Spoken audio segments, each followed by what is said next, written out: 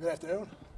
Really good day out there today. The best weather we had, the best football we've had, I think all spring, which is good because practice 5, 33% away through the spring.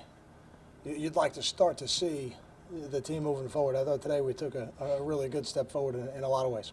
Questions? In what kind of? I saw, what I saw was the offense making plays. They made some big plays down the field. I saw the defense do some good things. The third down and 7-12 went in today, so some part of the third down package went in today, not all of it. And for the first day, I thought both sides executed pretty well. The offense picking it up and the defense running it. I think anytime you have a good back and forth in practice, it means that as a team you're moving in the right direction. If it gets too one-sided, it's not usually a good sign. So today was a good day. I thought I saw some really good things. And the guys that we need to step up are making a lot of plays. A guy like Darius Hamilton out there flashes numerous times during practice. He's having a great spring, playing at a high level. So it's a lot of good signs for this team. What's the format for the scrimmage Saturday, and what will you? Who are you? Anybody in particular you're auditioning? Everybody in the team is auditioning for sure, and they're all fighting for their spot on the depth chart. Is one of the messages I left with the team today is Saturday is their day to show us where they think they should be on the depth chart, because that's really ultimately they'll make those decisions by how they perform. From a numbers standpoint, we're going to be limited. We'll start the scrimmage, and we'll do probably a 20 to 25 play, primarily run with a few play actions in that period, just to make it honest, but primarily a run period, a P and 10 type of period. And then we'll move the field a little bit. We'll probably spend a lot of time in the red zone to make sure we get the reps we need down there. And then we'll see kind of how long we can go. I don't know. We'll see what the numbers are when you'll get an injury report before we scrimmage, and you'll see there's some guys that I don't know are going to be able to go right now, unfortunately. So that'll limit us a little bit. How did you do reps with the quarterbacks today, and then what's the plan for Saturday? Today I think Gary and Chris took the reps with the 1s. I think Mike took the reps with the 2s, and Blake and Devin also with the 2s. We'll have to go back and look at this film and decide how we're going to do it on Saturday. It's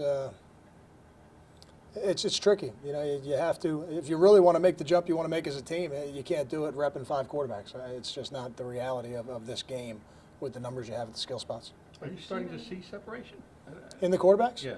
I'll wait till after Saturday. I mean, I am, but I'm not going to comment individually on it until after the scrimmage. And but I think I am. I think I'm starting to see some of it. 5 practices in, any guys jump out at you that maybe surprises or guys shine for the first one? It's never completely a surprise to me, because when we recruit these guys, you always recruit them in the anticipation that they're going to develop and become really good players. Now, that doesn't always happen. But one of the guys that I'm really pleased with the way he's progressing is Desmond Peoples. I thought he's really strung a couple good practices together, and he's always been tough to tackle. And now the other parts of his game are kind of coming into order. Kyle, you mentioned red zone stuff. Because of their size, Carlton and Patton, how can they be utilized down there? Yeah, I think some of those balls you throw in the back line, that you're going to throw them up a little bit higher.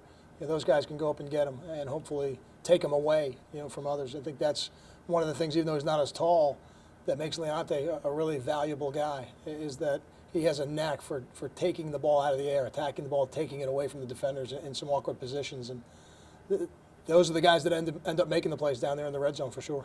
Kyle, the Big Ten Network being here today, does that make just the anticipation level go up a little bit higher? I think, you guys are obviously here every day, and the media is here every day, and I think when you have a guest, it's not just, I think, the Big Ten Network, but to have somebody like Jerry DiNardo in attendance, who's been a Division I head coach at 3 different places, twice in the SEC, once in the Big Ten, was an offensive coordinator for a national championship team, was an All-American in college. His resume kind of speaks for itself, and I try to give the players an idea of who they are when they come to practice, because I think that's important. And the fact that Coach DiNardo is from my high school and Marco's from my high school, and both of them were here today, it's exciting for me, because somebody like Jerry DiNardo was somebody that I heard about when I was going through that school, and then when I came back as a faculty member, and Marco was a couple years younger than me, so I got to watch his career, as I was in college and when I got done in college. So I think the players know they're here. I make sure they know they're here, and I think it's exciting for them to be able to perform in front of them. Switching gears a little bit, the draft is almost a month away, and you've played 3 of the top quarterbacks, arguably, in this year's crop. Who impressed you the most? You're not asking me for my draft advice, right? No. I'm not telling you who you're taking number 1. We were. I'm certainly very impressed with Derek and Teddy, and Blake down at UCF. I think they're all really talented quarterbacks. I think the advantage that they have in the NFL is that they actually get to work them out, live. Those individual workouts, I think, are really ultimately what's going to separate those guys in the eyes of the NFL teams. But I think all three of them were very talented and very impressive to be on the opposite sideline from. Got two more. Kyle, how are you seeing depth develop behind the team at center this spring? You know what? I'm pleased. I think Derek's had a good spring so far, and I think Brandon's had a good spring. Now Brandon's he's about 264, 265 right now, so he's putting on some weight, and we got to get him a little bit bigger. Derek's about 284. But I'm pleased with the way both those guys are playing. I think from a technique standpoint, from an assignment standpoint, I think they've made a lot of progress from last season.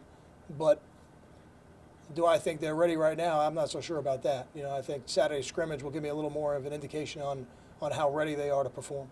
You talked about Desmond Peoples kind of putting other things together besides the elusiveness. How much is pass protection part of that? Oh, it's a huge part. Yeah, he had 2 blocks in the previous practice. I got to go look at the film today, but they were 2 blocks that he hadn't made in the past. Well, you say can't or didn't, whatever you want to call it. He just didn't make those blocks in the past, and he made them that day, and that's what it comes down to. You have to be a complete player. One-dimensional players, they end up being like novelty pieces. We need guys who are complete players, and he's starting to look more and more like a complete player every day. It's exciting. Thanks, Joe. Thank you.